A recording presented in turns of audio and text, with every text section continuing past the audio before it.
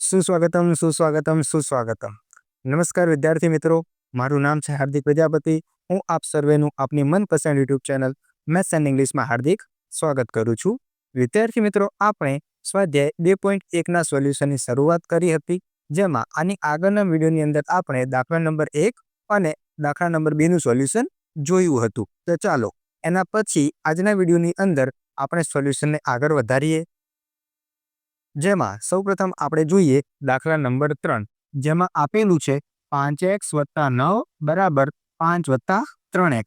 આ પ્રકારના દાખલાની અંદર આપણે x ની કિંમત મેળવવાની છે અને ત્યારબાદ તે કિંમતની ચકાસણી કરવાની છે। તો ચાલો સૌપ્રથમ આપણે x ની કિંમત શોધીએ। તો x ની કિંમત શોધવા માટે સૌપ્રથમ આપણે શું કરીશું તે આપણે આગળના વિડીયોમાં જોયું હતું, છતાં પણ હું ફરી કહી દઉં છું કે આપણે ડાબી બાજુ x વાળા પદો ભેગા કરીશું અને જમણી બાજુ અચળ પદ અથવા તો અન્ય પદ ભેગા કરીશું।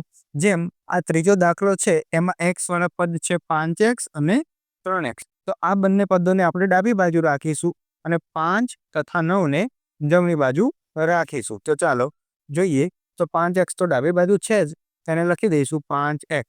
હવે 3x જે જમણી બાજુ છે એને ક્યાં લઈશું? ડાબી બાજુ। હવે 3x જમણી બાજુ પ્લસમાં છે, તો ડાબી બાજુ આવશે તો -3x બરાબર। હવે આ બાજુ જમણી બાજુ 5 તો પહેલેથી હતા જ, તો 5 ના 5 લખીશું। હવે 9 ને ક્યાં લઈ જવાના છે? જમણી બાજુ। 9 છે ડાબી બાજુ, તો જમણી બાજુ જશે તો પ્લસનું શું થઈ જશે? -9 થઈ જશે। હવે આપણે આનું સાદુરૂપ આપીશું, તો જોઈએ 5x માંથી 3x નીકાળીશું તો આપણી પાસે વધશે 2x બરાબર। હવે આ વસ્તુ ધ્યાન આપજો કે 5 - 9 આપણે નાનીમાંથી મોટી સંખ્યા બાદ કરીએ છીએ, તો જવાબ શેમાં આવશે? તો કે માઇનસમાં આવશે અને 9 માંથી 5 જાય એટલે જવાબ આવશે 4। એટલે કે 5 - 9નો જવાબ આપણને મળશે -4। ત્યારબાદ આનું આગળ સાદુરૂપ આપીશું। આપણે માત્ર x ની કિંમત શોધવાની છે। કોની કિંમત શોધવાની છે? x ની। તો શું કરશું? તો કે જે બે આ વધારાના છે તેને પણ ક્યાં લઈ જઈશું? તો કે જમણી બાજુ લઈ જઈશું। હવે બે ડાબી બાજુ ગુણાકારમાં છે, તો જમણી બાજુ જશે તો ક્યાં જશે? તો કે ભાગાકારમાં જશે। માટે x બરાબર શું લખાય? તો કે લખાય -4/2। હવે શું કરશું? તો કે છેદ ઉડાડશું। કઈ રીતે ઉડાડશું? તો જુઓ, 2 દુ 4 થશે, માટે x ની કિંમત કેટલી મળશે? તો x બરાબર માઇનસ તો હતા જ અને 2, એટલે x બરાબર આવે -2। તો સૌ પ્રથમ જે આપણે ઉકેલ મેળવવાનો હતો, તો x ની કિંમત શોધવાની હતી, એનો મતલબ x બરાબર -2 આપણો શું છે? ઉકેલ છે। તો આ થઈ ગયો પહેલો જવાબ।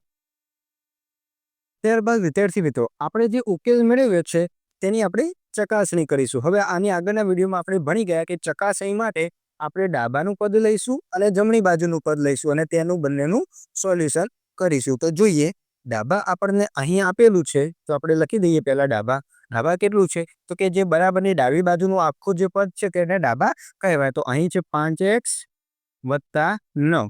એવી જ રીતે જબાનું પદ લખી દઈએ, તો જબા આપેલા છે 5 + 3x, તો 5 + 3x।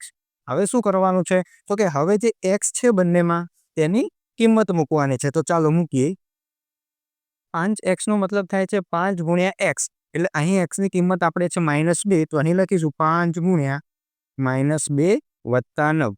તેવી જ રીતે અહીં પણ આપણે લખી દઈએ 5 + 3 × -2। હવે આનું સાદુરૂપ આપી દઈશું, તો તમે જોઈ શકો છો આ 5 × -2 છે, તો 5 દુ 10 થશે અને માઇનસ નિશાની લાગી જશે, એટલે આપણો જવાબ આવશે -10 + 9।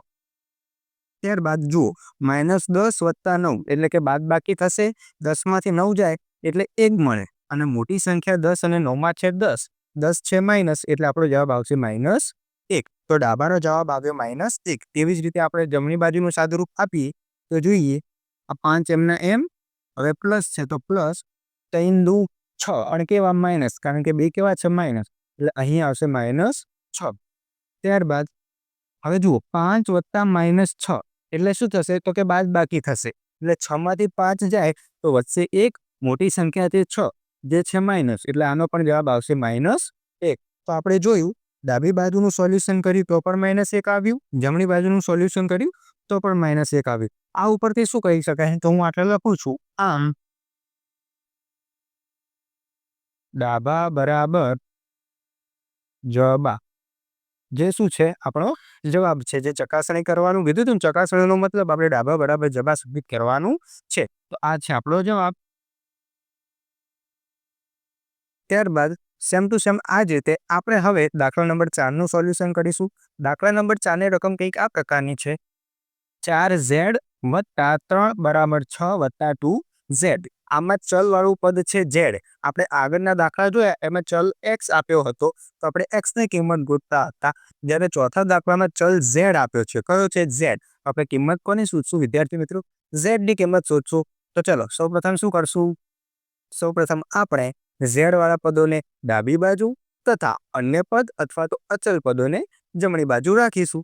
તો ચલો આ 4z છે એ તો પહેલેથી ડાબી બાજુ છે જ, તેને લખી દઈએ 4z.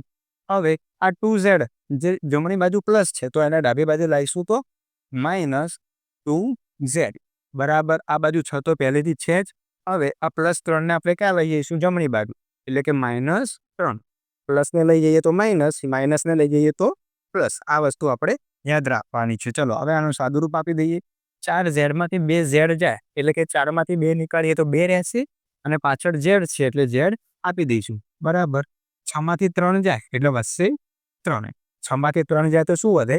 3 વધે. હવે આપણે કિંમત શોધવાની છે માત્ર z ની, એટલે કે z બરાબર શું લખાય? તો z બરાબર 3 તો હતા જ. આ બાજુથી આપણે 2 ને દૂર કરવાનો છે. 2 છે એ ડાબી બાજુ ગુણાકારમાં છે તો જમણી બાજુ જશે તો ભાગાકારમાં જશે, તો ભાગાકારમાં આવી જશે 2. તો આપણે z ની કિંમત કેટલી મળી? તો આ શેર આપણને z ની કિંમત મળી 3/2 અપૂર્ણાંકમાં મળી છે. તો હવે શું કરશું વિદ્યાર્થી મિત્રો? તો જેમ આપણે આ દાખલામાં ડાબા અને જબા માટે ચકાસ્યું તેવી જ રીતે આ દાખલામાં પણ ડાબા અને જબા માટે આપણે ચકાસીશું. તો હવે આપણે જે z ની કિંમત 3/2 મળી તે આપણે ડાબા અને જબા માટે ચકાસીએ. તો ચાલો સૌપ્રથમ ડાબા અને જબાનું પદ આપણે લખી દઈશું. તો ડાબા આપણને અહીં આપેલા છે 4z વત્તા 3, તો લખી દઈએ 4z વત્તા 3. એ જ રીતે એટલે કે 6 વત્તા 2z. હવે શું કરશું વિદ્યાર્થી મિત્રો? તો કે z ની કિંમત ક્યાં મૂકશું? તો કે ડાબામાં અને જબામાં. તો ચાલો કિંમત મૂકી.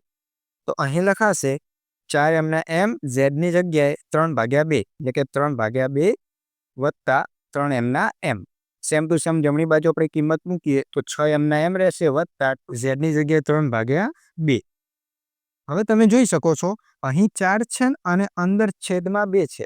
આપણે અપૂર્ણાંકના ગુણાકારમાં ભણી ગયા છીએ કે જ્યારે પણ ક્રોસમાં સંખ્યા આવે તો તે આપણે કટ કરી શકીએ છીએ. તો અહીં કઈ રીતે કટ કરશું જોઈએ? તો 2 દુ 4 કટ થઈ જશે.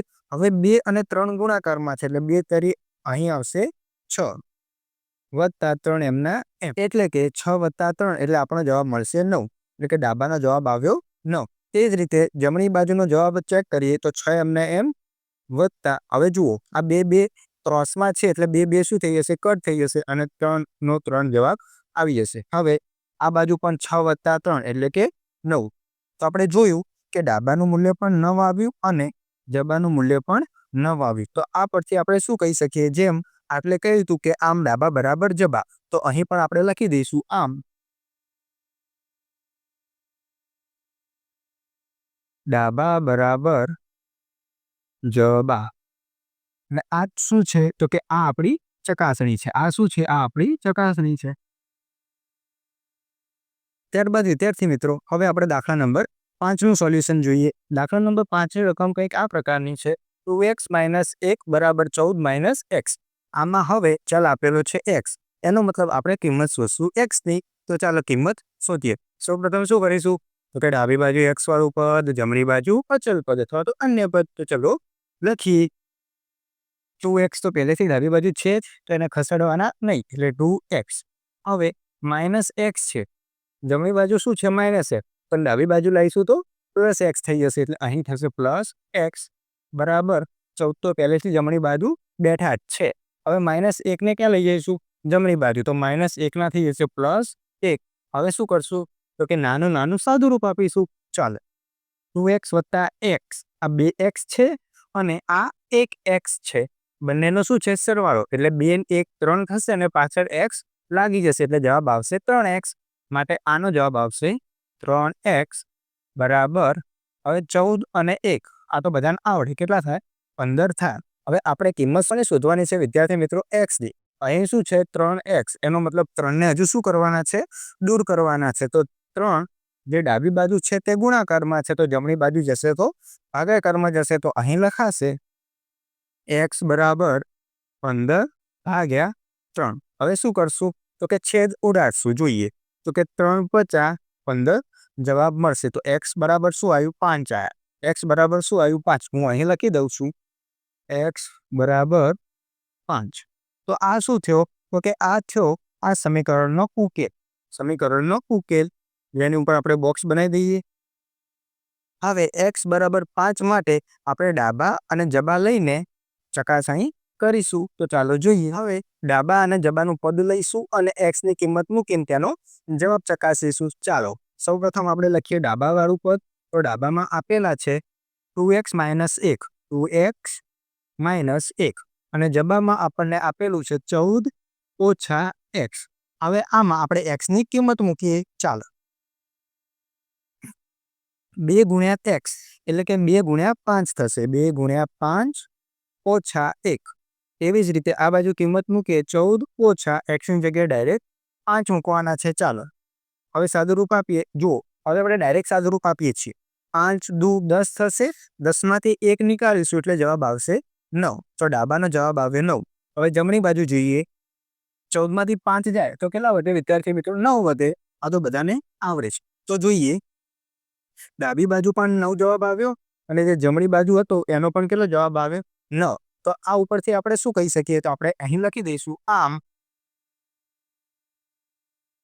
ડાબા બરાબર જબા, જે આપણી છે ચકાસણી. તો આ પ્રમાણે વિદ્યાર્થી મિત્રો આજના વિડીયો લેક્ચરની અંદર આપણે 3 દાખલાઓનું એકદમ સુંદર મજાનું સોલ્યુશન કર્યું છે. જો તમને વિડીયો ગમ્યો હોય તો વિડીયોને એક લાઇક કરી દેજો, તમારા મિત્રો સુધી શેર કરજો અને આપણી યુટ્યુબ ચેનલ મેથ્સ એન્ડ ઇંગ્લિશને સબસ્ક્રાઈબ કરી દેજો. ધન્યવાદ.